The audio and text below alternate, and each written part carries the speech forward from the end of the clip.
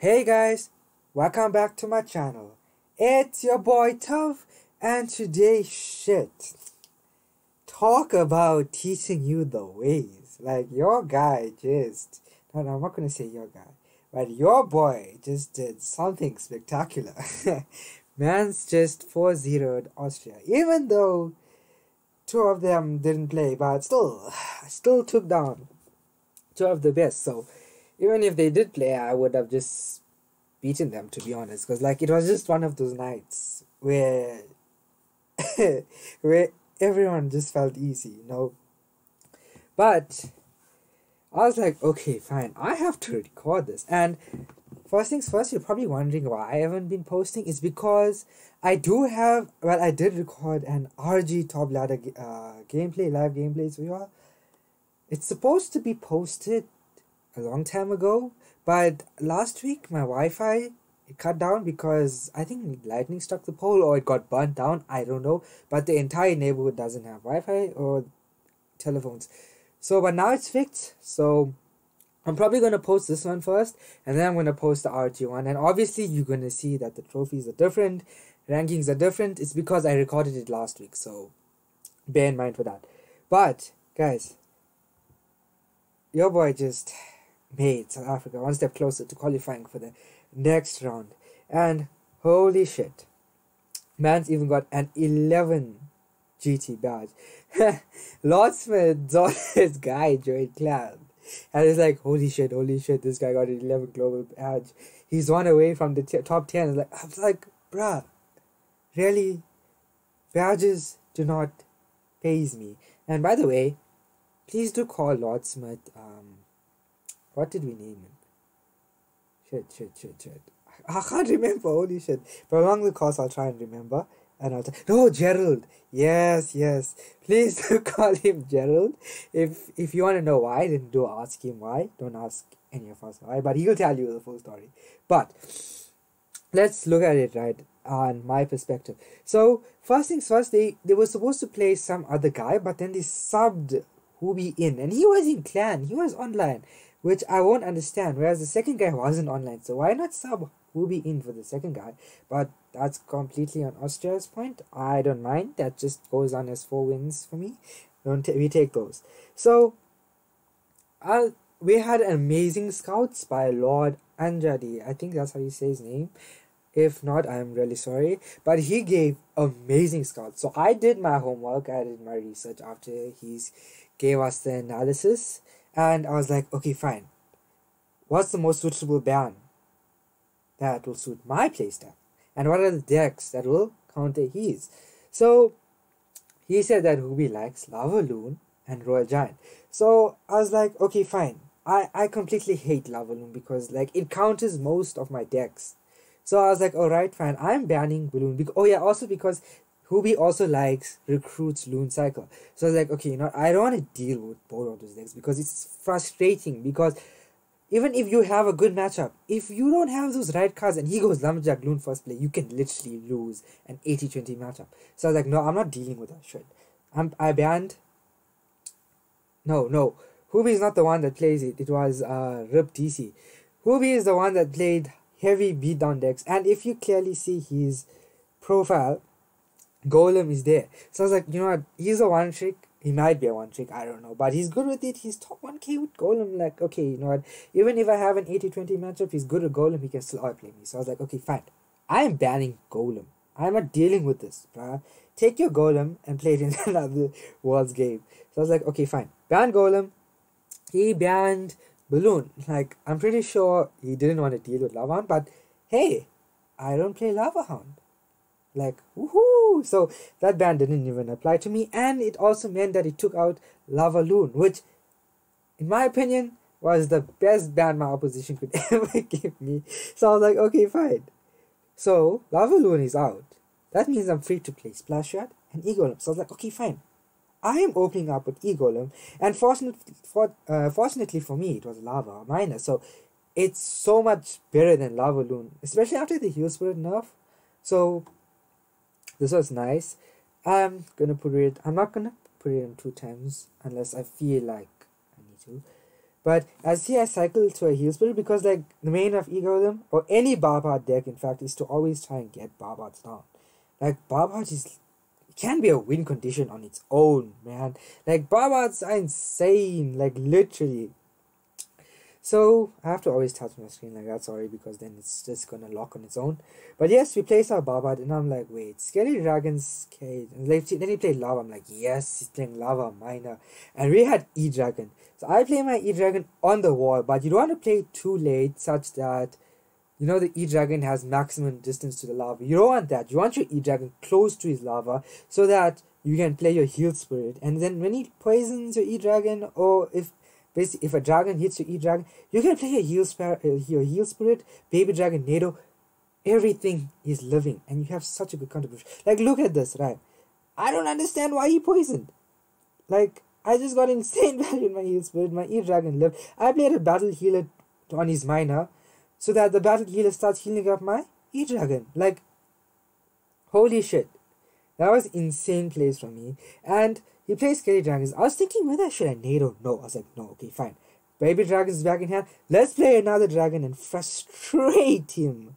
And if you see right now, this Baby Dragon does sin. And I was like, okay, fine. I'm not committing more to this push because he has to commit a lot on defense.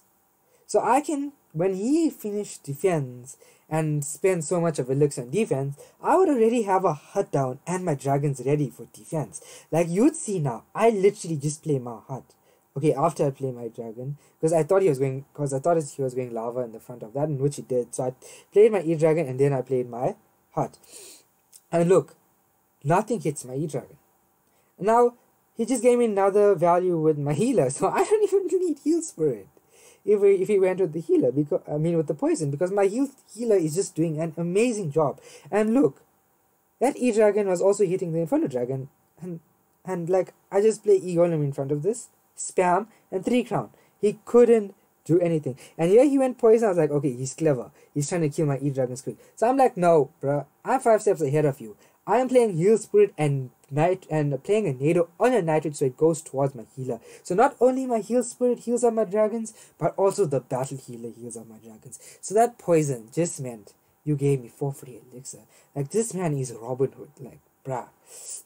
Also, yeah, I should have won 2-0, but I choked this matchup so hard because one of my Barbards was a complete mistake at the end and I was too passive. So obviously with the pressure, and there was an RG on my tower because of a stupid hut placement. So I choked that and I lost. But then when I lost, I'm going to put this on 2 times. Until 2 times elixir, obviously, because that's where it's more entertaining. But I was like, when I lost this game, I was like, okay, you know what, it's just a loss. I'm not letting this affect me. And just look at this insane poison value I get out of this. Like, literally, that was insane. And I'm just putting this on 1 time because I feel as if it gets interesting now. I can't clearly remember. But I think in this deck, he's supposed to have pigs instead of a Royal Giant. Maybe it's a copy glitch. I don't know, but I think it's a copy glitch because this deck generally has pigs instead of Royal Giant. But nevertheless, I take those. Literally, I do. And look at this Baby Dragon placement, knowing that his hunter and fisherman were stuck together. I could have played my something else, but because those were stuck together, I placed my Baby Dragon as far as possible from the hunter, so the hunter doesn't kill my Baby Dragon, and the Baby Dragon splashes both and kills them. And I knew the fisherman wasn't going anywhere because my hut was down and barbs were still spawning. So that was amazing defense, literally. Thing with E-Golem and Graveyard, you always want to have that amazing defense and then counter push from it. Like right here, I don't know what this guy was saying. And guys, you might be judging my knight placements. Yes, knight placements was a bit bad, but it's not technically my knight placements that was bad. It's because as I placed my knight, which generally wouldn't pull a Mega Knight, the barb spawned. So obviously the Mega Knight had in sight of the barbs and then it just started jumping and like, yeah. But it's one of those things. We always can make a comeback because we have a heal spell. We can heal the knight up. It doesn't matter. Like right there, I knew, like I played my knight so that the Mega Knight goes to the Barbard And because like even if I played my knight, for instance, on the Mega Knight, the fisherman was gonna pull it. So I was like, okay, fine. I'm gonna play my knight to kill your musketeer. And I'm gonna heal it up after because it's gonna get insane damage, like both of them onto my knight. It might not even kill the mask. But that heal spirit helped killing both. So those are the plays, guys. And right here, we're just going to continue poisoning. The thing with Graveyard, guys, you want to be super patient until you see an opportunity. Like, yeah, I knew he didn't have good Graveyard responses. So I literally went with Graveyard with those 2 barbs. And I got good damage over here. It's just unfortunate that this thing kills my baby dragon. Like, if my baby dragon survived, it would have been better. But that's fine. Hunter died. And right now, I was like, okay, I'm in a good lead. He didn't touch my towers. I'll just be passive. But that's my mistake. I was too passive and shit just went off. Like right here, this thing Royal Giant does get like 2 or 3 hits, which was insane damage. It kind of brought him back into the game. But yeah, right there it was just unfortunate that the fisherman pulled my musketeer, but it's fine. Made a defense. And this next play, guys, next play is what I want to show y'all. Like, I'll explain to you my process. So he goes Mega Knight at the back. So I'm like, you know what? He's gonna go Mega Knight and RG at the back. So in my mind, okay, I want to defend that RG as quickly as possible because Mega Knight does not threaten me. So I was like, okay, fine, guys, just look at this, right? Look at where I play my bar barrel because I want to play my bar barrel in such a spot where the Mega Knight jumps behind the Royal Giant and the Royal Giant walks in front instead, and I start eating away the Royal Giant.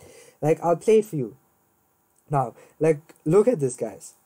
And now I was not predicting the fisherman. I wanted this Mega Knight to go back. Like, look. Now it's at the back. Now the RG is forward. And I just defend his RG really easily. Like, his whole push, I just defended really easily. And it's the next push that I do choke because you'll see now. Like, yeah, I didn't have a knight in hand, obviously. And that Mega Knight was going to get a jump. So, yeah. I think this is where I mess up. Like, see them, right? Jump because of the barbs. I mean, Mega Knight jumped because of the barbs. And yeah. So, I think my musketeer should have been on the right instead of the left. Yeah. And this is where his Royal Giant just gets insane value. And then I had to play a Barbard. And then when he played his next RG, I didn't have enough elixir for it. And I was just under so much pressure. I was like, okay, he has Fireball. Like, I need to get in a Graveyard down. And it's just so unfortunate that right now I do not have my Barbard in cycle. So when I played it, look, that was just so sad. If I pushed it back, then it would have been better. Because then I would have just poisoned this tower and won off the game like that. But it's fine. I was like, okay, it's just one mistake. Like, from this entire screen, it was just that one mistake that I made.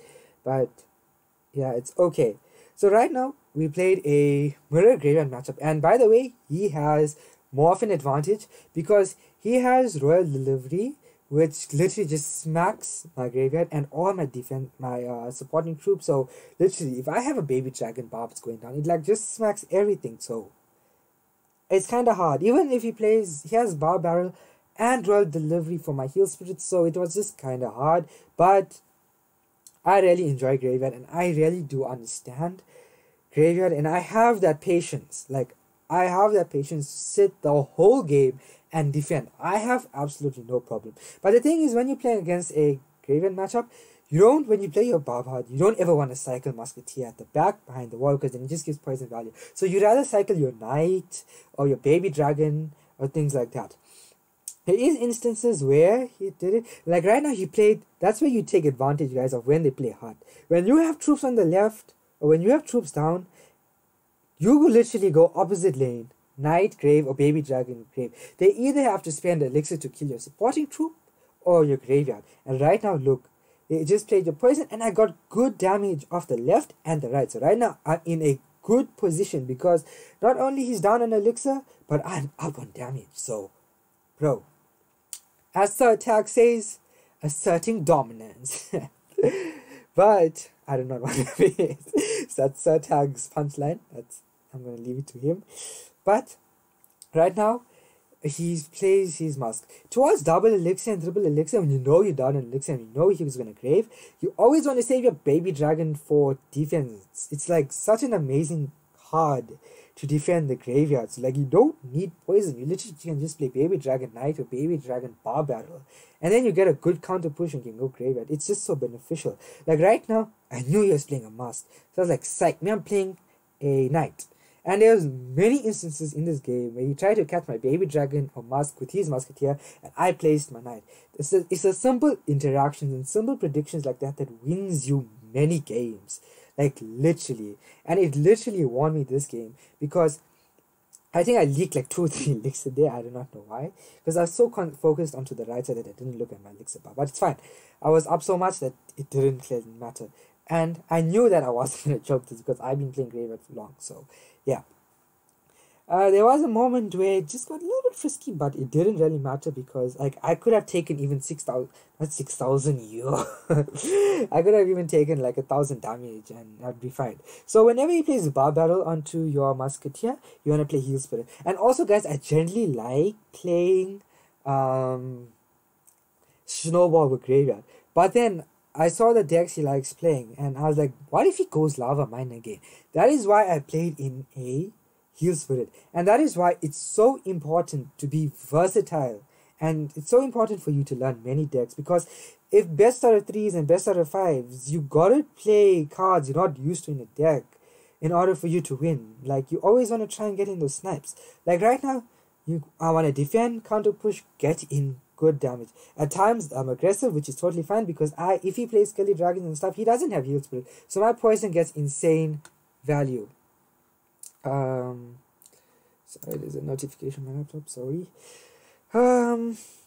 So like right now he kills my heart, but it's fine, I didn't really care because I have another heart. And right here I wanted to play a high Mask. It's unfortunate that the Baby Dragon didn't kill the Skelly Dragon, so the mask of his got 2 hits, because like I wanted to protect to kill off his Musketeer really quick. And right there I knew he was going to play another Mask to stun my Baby Dragon, so like, psych me, I'm playing another Knight. So like right here it went frisky because I didn't have Bar Battle in hand, neither did I have enough elixir for Baby Dragon when I got it in cycle. So I was like, okay, fine, let me try and cycle back really quickly, and he took 1,000 damage. But as I said, you got insane damage onto the right. There's no need to panic.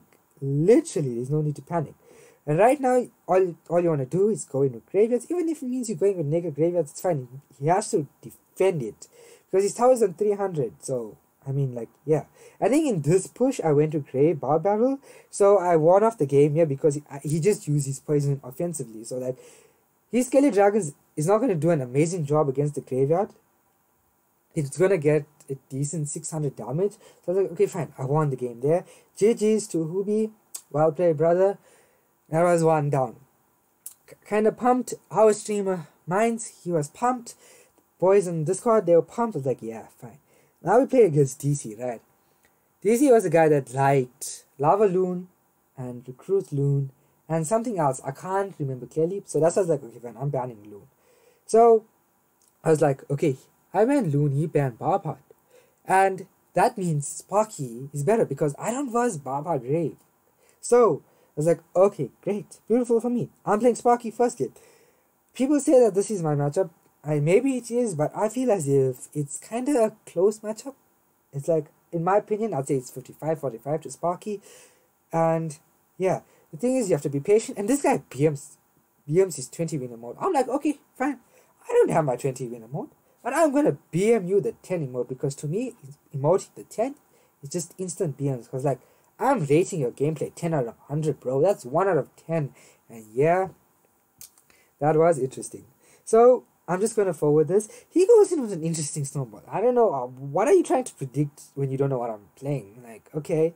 So he just spent 6 elixir. And I went into Rage. I went into Skelly Dragons too late. So it didn't really matter. Like, so basically the Skelly Dragons was just a waste of elixir. But it's fine. At this moment, I knew that if I use my Mini P.E.K.K.A, he'd just go in with Hog. So I was like, okay, fine. I'll take 1 hit from the Mask and I'll just zap it. That's fine. Then I played a Mini P.E.K.K.A. I thought I played my Mini P.E.K.K.A perfectly where it doesn't get hit. But unfortunately, it just got a hit. Right now, I played a Mask because I didn't want to play Sparky. And we played Skelly Dragons on top. Unfortunately, Heal Spirit wasn't in my cycle, so I had to wait for it to come to my cycle. So that's why 1 Skelly Dragon died. But otherwise, it wasn't gonna. So right now, I knew he was going to play Hog, so I went Sparky at the back immediately as soon as I had the elixir. And I think it's this moment where I take down most of his towers. I think 900 damage because he doesn't have big spells, so I can just abuse my Skelly Dragons. And yeah, right now that one Skelly Dragon targeted to his Musketeer, so I zapped it. Like literally. I zapped it, and Sparky got a splash into the tower, which made my life even more easier. And at this moment, whenever I got 6, I wanted to play that Sparky immediately because I knew he was going with Hog as soon as my pick had died. And if he snowballed this, I don't think it would have made a difference because Sparky was already charged onto the Hog. So right now, I knew I was going to win. That was amazing. So, literally, Sparky, Skelly Dragons, I just needed a little bit of damage. I got kind of fortunate here though, I'm not going to lie. And yeah, GG's. But either way, Sparky was going to hit the tower if they didn't. And then I BM'd at the end because why did he BM me at the start? Now, first game, I'm like, wait, he's going to play something that's going to counter Sparky. So I was like, okay, fine. I'm playing Mega Knight Grave. So I even BM'd him in this game because, like, bro, if you BM me one game, I'm going to BM you. So, like, I cycle Barbarian Battle, yeah, making him think that maybe I'm playing something like Graveyard or maybe E-Golem or maybe Pigs. But he goes with an aggressive Rocket. So I'm like, okay, fine. You want to go Rocket? Chill with me. Take your Knight damage. That's also fine with me. I'm going Mega Knight at the back.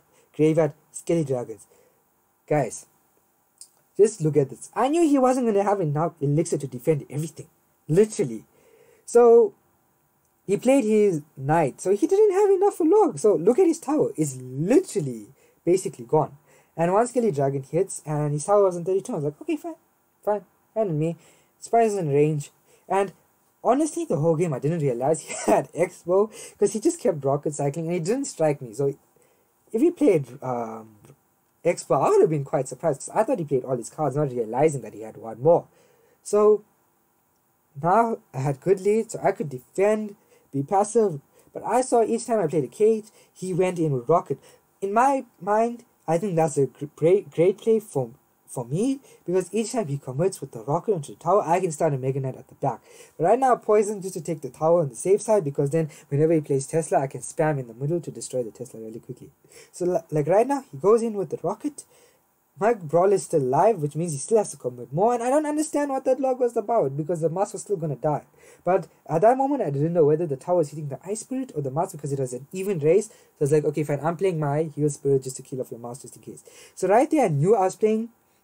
He was going to play Tesla. So I played a bar barrel. I tried to play it early as possible so that it connects to my bar barrel, not Mega Knight. But unfortunately, it happened. But yeah, I still get good damage off here with the Skeleton Dragons. And this Musketeer, I played my Gob Cage so high. Like, I was like, shit. But nevertheless, he goes with Rocket Cycle again. Rocket Log. What are you rocketing? What are you logging? I don't know. I have no idea. But I guess he already lost the game because he was playing Expo. So I was like, okay, fine. I'm just going to play Musketeer behind. I'm going to go in a Graveyard. I'm going to put enough pressure so you're not going to get another Rocket. And if you do Rocket it, that means I'm going to have more elixir to pressure you and there's no way you're going to defend. So like right here, I basically win off the game. And I was proud of myself. They called a timeout on the second game, which I got a free win because they called a timeout obviously to try and wait for the player to come. But unfortunately, it didn't, which is a really sad thing for Austria. Because commitment, sorry about that, Austria. That game, I was really laggy on that game, not gonna lie. And I was like, okay, I'm calling it timeout because I wanted my network to settle and I wanted to restart my phone. But then their captain's like, they quit. We can take the free win because I think their player wasn't there too. So commitment from Austria, not there, honestly. But I think I would have personally beat them even if they did play because I was literally on another level. And yeah, to you haters, if you want to hate and not call it a sweep or whatever, I honestly do not care a cent about what you say about me. I know what I've been doing. I've been practicing hard. I've been grinding. Corey knows we've been practicing. He's been helping me a lot. So thank you so much, Corey, for everything. Like literally, my gameplay improved so much because that guy literally, if you ask him, like every time I asked him, please help me with this, he would literally just do the most to help me. So thanks so much, Corey. I really do appreciate it. Oh, I got a 31 emote, don't know what it. But thanks a lot, Corey. And our next game is against Egypt on the 29th of September. I don't think we're going to reschedule it, so Corey's not going to play, sadly. So gonna be there opening again, guys, so please be there. Also, Mines was streaming this game, so his stream for this game would be in my description, so please go ahead and subscribe, watch it a bit, give him more views. You know, he deserves it. He put in good effort streaming for us, so show him loads of love, guys. And he is also going to be streaming our next world game against Egypt. Guys, Egypt is basically the best team in Africa. South Africa versus Egypt, it's gonna be insane, and hopefully things go our way again, things go with our luck again. I'm just hoping the best for South Africa, and to the boys in South Africa, let's just continue the good momentum, continue practicing, and give it our all. To you guys, happy clashing, enjoy your day, see ya.